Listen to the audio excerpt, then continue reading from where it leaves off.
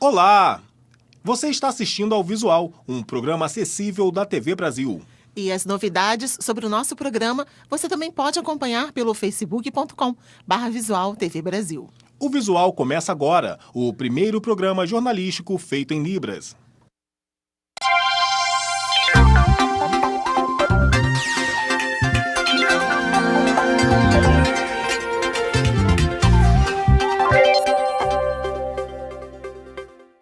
Cuidar da saúde bucal é importante em todas as fases da vida, hein, Jonatas? E na terceira idade não é diferente, hein? É isso aí, os benefícios vão muito além da parte estética.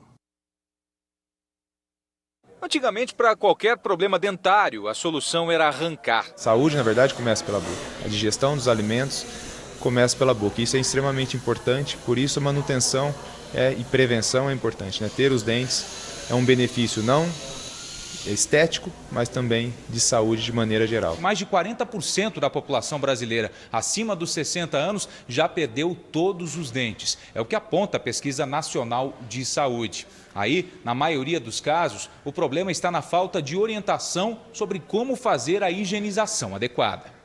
O ideal é visitarmos o dentista a cada 6 meses. Idosos, se possível, devem procurar o consultório com um pouco mais de frequência e cuidar da saúde bucal em casa. Existem enxaguatórios bucais específicos, né? Às vezes a pessoa tem pouca saliva, tem dificuldade de salivação, então a gente consegue trabalhar com comércio, né? Com pastas diferentes, com enxaguatórios bucais diferentes, com escovas diferentes, e isso ajuda muito. Então o dentista pode orientar, mas de maneira geral, fio dental, escova, igual para pessoa de menos idade. Há 5 anos, João começou um tratamento dentário e hoje já está com os 9 dentes implantados. Os definitivos vão ser aplicados em dezembro. Ele já adorava sorrir. Agora, então, foi só começar a mastigar melhor que acabaram os problemas de saúde. A gente pode sorrir com mais tranquilidade. Mas não foi só o João, não, que aprovou o novo visual. Tá lindão e ele gosta de sorrir e os dentes dele tá atrapalhando demais ele. E agora ele sorri bastante. A população afrodescendente era tratada pela imprensa de forma preconceituosa no período pós-abolição. E de lá pra cá, o que será que mudou, hein?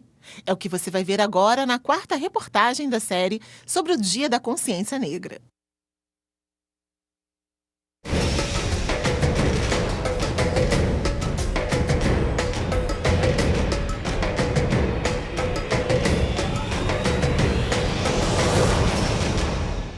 Ontem, às 8 horas da manhã, um pretinho de uns 8 a 10 anos de idade, conhecido por Minha Flor, tropeçava pela rua 25 de junho completamente embriagado. Não existe colônia correcional na capital do estado? Eu, abaixo assinado, declaro que chegou em minha casa um menino de cor preta, bem troncudo, calculando ter 11 a 12 anos de idade, dando o nome de João. Diz ele ser filho de Benvenuta Maria dos Reis, natural de Santo Antônio do Catu, pelo que darei apoio ao infeliz novo destino do mesmo, ou de quem o procure. Pelo subcomissário do 3º Distrito do Vitória, foi ontem enviada para a Secretaria da Polícia uma menor de 16 anos ofendida na sua honra por José Mateus dos Santos, padeiro, crioulo, residente no Garcia. Os relatos são do início do século passado, uma viagem no tempo que mostra como os negros eram tratados pela imprensa. O levantamento em antigos jornais baianos foi feito pelo professor Juscelio Teles dos Santos e 11 alunos, o que possibilitou analisar como a população afrodescendente era vista. A reprodução do preconceito, a reprodução do racismo aparece visivelmente nos jornais, né? Quer dizer, não só como uma herança do sistema escravista, né? Afinal de contas, não havia nem 20 anos, né, do final da abolição da escravatura, né, e nem 15 anos da República, né, esse preconceito ainda se mantinha no imaginário e reproduzido diariamente nas matérias. De 100 anos para cá, muita coisa mudou. Surgiram rádio, a TV e a internet. Mas será que houve mudança na forma como o negro é tratado pela imprensa? Ainda no meio do século passado, a forma como encarar o negro ganhou um novo olhar. A cultura negra, como a capoeira, o samba e a culinária, passaram a representar o país e com isso surgiu um outro estereótipo. Dos anos 50 para os anos 60, essa negatividade ela começa a diminuir nos jornais, né? Então não aparece com tanta ênfase como as primeiras décadas do século XX. Né? Por que isso? Né? Porque há uma mudança via governo do Estado no que eu chamo de pensar a cultura negra como trademark, né? Quer dizer, uma marca registrada que pode ir para fora do Estado, fora do país, dar royalties, né? Quer dizer, tem um ganho econômico. Né? O caruru, o acarajé, o vatapá, né? Quer dizer, simbolicamente é importante, mas também voltado para o turismo. Para Paulo Rogério Nunes, criador da ONG Mídia Étnica e consultor da Universidade de Harvard, já nas últimas décadas houve melhora na forma como o negro é noticiado, apesar de ainda estar longe do ideal. Se a gente comparar o que foi o século passado e hoje, há um avanço muito grande, obviamente, não pela boa vontade do jornalismo ou das empresas de comunicação, mas por uma pressão social. Mas para ele, ainda há muito que avançar, principalmente vendo exemplos do que já acontece em outros países. A própria vontade institucional dos veículos de promover a diversidade internamente nos seus conteúdos. Então, acho que o Brasil tem que aprender muito com iniciativas que existem no Canadá, nos Estados Unidos, na Inglaterra, em outros países, na África do Sul, que estão utilizando esse conceito de diversidade, de multiculturalismo, para promover a inclusão. Você vai conhecer agora uma igreja que tem uma história bem interessante, mas que infelizmente é marcada pelo preconceito. É a igreja de Nossa Senhora do Rosário, construída pelos escravos e que só podia ser frequentada por negros. O nome do templo é grande, Nossa Senhora do Rosário dos Pretos. A história de fé também é longa e está contada nesses quadros que mostram a linha do tempo da igreja, construída pelos escravos em 1714. Mas a história de Nossa Senhora do Rosário começa muito antes, e ela tinha uma relação muito forte com os escravos que eram trazidos para o Brasil no período colonial. Para catequizar os escravos, os padres faziam uma alusão entre as contas do Rosário e as contas que eram usadas nos rituais africanos.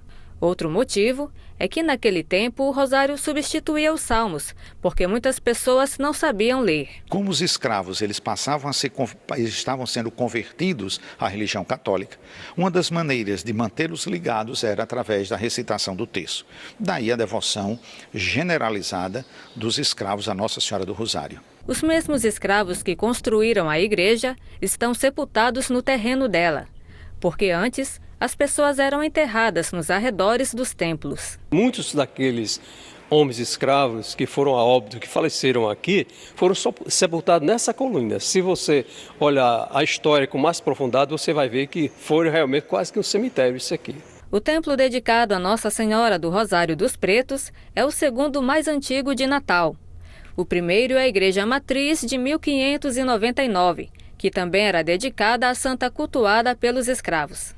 Mas repare que a imagem no centro do altar das duas igrejas é a mesma. A explicação para dois templos dedicados à mesma santa é que a igreja matriz só podia ser frequentada por brancos. Os negros, então, receberam autorização para construir a outra igreja, desde que a entrada ficasse virada para o outro lado, evitando que negros e brancos se cruzassem.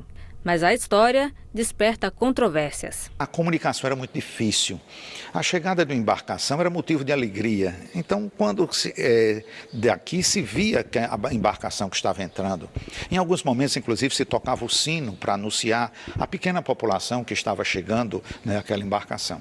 Essa igreja tem essa importância do ponto de vista histórico, a questão do ponto estratégico dela. O prédio é pequeno. Missa só aos domingos e em latim, como antigamente. Pela sua importância histórica e cultural, a igreja, que foi tombada pelo governo do Rio Grande do Norte em 1988, recebe visitas todos os dias, independente da cor de quem vem. A partir de 13 horas, ela é aberta, fica até às 17 horas para os visitantes. Nos finais de semana, no domingo especialmente, tem uma missa celebrada por Monsenhor Lucilo às 9 horas da manhã, que é uma missa tridentina. É uma missa em latim, tem uma participação muito grande. Nós temos essa igreja, capacidade para 120 pessoas sentadas. Salve Santos Negros, Nossa Senhora do Rosário. Eu bato no sublime do coração, passeio no rego chamando a atenção. Em Uberlândia, as memórias de infância de um garoto se transformaram em obra de arte. Um artesão usou tudo o que sabia para recriar um antigo casarão de família. O resultado é surpreendente. Confira. O batente alto e a escada de piso vermelhão é um convite para entrar. A casa, que é pequena, dá lição de acomodar. Quem quiser viajar no tempo, sem um tostão alguém pagar, abre a porta e se esparrama no pequenino sofá. De verdade ou de mentira, a opinião pode variar. Mas o autor logo entrega que queria remedar. Cerca de 13 anos, a minha tia se mudou para uma casa antiga lá em Tupaciguara. Quando ela comprou, tinha o porão, tinha a escada lateral, piso de tábua corrida, ladrilho, banheiro antigo. E eu achei aquela residência muito bonita. E cerca de 7 anos, eu pensei que seria legal reproduzi-la em miniatura. E daí eu fiz, foi minha primeira construção. 8 quartos, sala, cozinha, copa, um casarão de impressionar. Lá dentro, cada detalhe, uma história há de lembrar. Então, assim, a gente pega as lembranças do passado e tenta reproduzir ao mais, tipo um retrô ao passado, detalhe por detalhe, móvel por móvel. E se na viagem der fome, até dá para cozinhar. A base aqui é tábuas, né, fina, tipo, assim, um material mais leve, né, pra gente trabalhar. Estrutura de palito empilhado. E o revestimento é de argamassa. Toda a argamassa misturada com cimento, assim, para dar aquele acabamento do antigo, do original, uma textura de reboco. E o visual fica por aqui pelo nosso WhatsApp. Você entra em contato com a gente e pode mandar sugestões. Anote o nosso número, 021 974 522 300. Obrigado pela companhia. Tchau. Tchau para você.